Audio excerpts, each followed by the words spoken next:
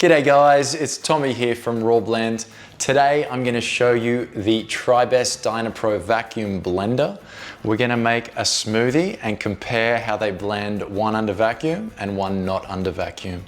So this is a really simple recipe. This is just like a mint green smoothie. I've chosen some apple which oxidizes really quickly. You know, if you cut an apple in half, it starts to go brown pretty quickly. First things first, I'm going to add some grapes. I'm going to add a couple of cups of grapes here to each blending container. Next, I'm going to add a couple of apples in each container. I'm just going to cut the apples into quarters.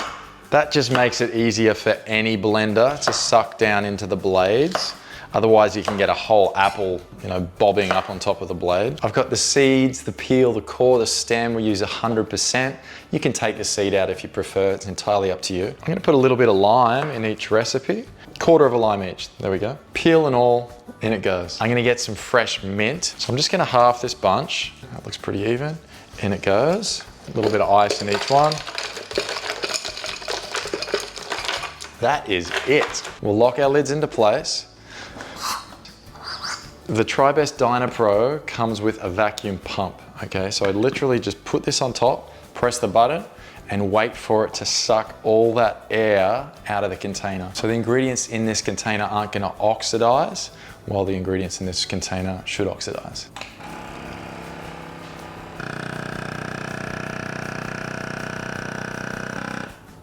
Take off my vacuum pump. So now this container is under vacuum. Let's get blending.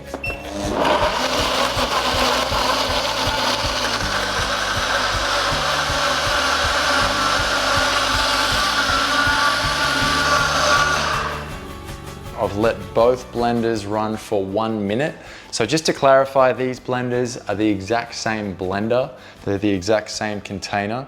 It's just that I've sucked the air out of this container. I haven't sucked it out of this container. Straight away, I can notice some slight variations in the consistency and the texture. I'm gonna release the vacuum on this one. There we go. So that's all the air getting sucked back into the container. We'll take that lid off. So you'll notice the blending container that's not under vacuum, you can see all the bubbles in there. And then the blending container that is under vacuum has a lot less bubbles, like way less bubbles. So this is the smoothie that's been blended under vacuum. You can see it's got a beautiful texture to it there. This is the smoothie that has been not blended under vacuum, so just normal. You can see all the bubbles on the top. So now we're just gonna let that sit for about 5 to 10 minutes and we're gonna see the differences.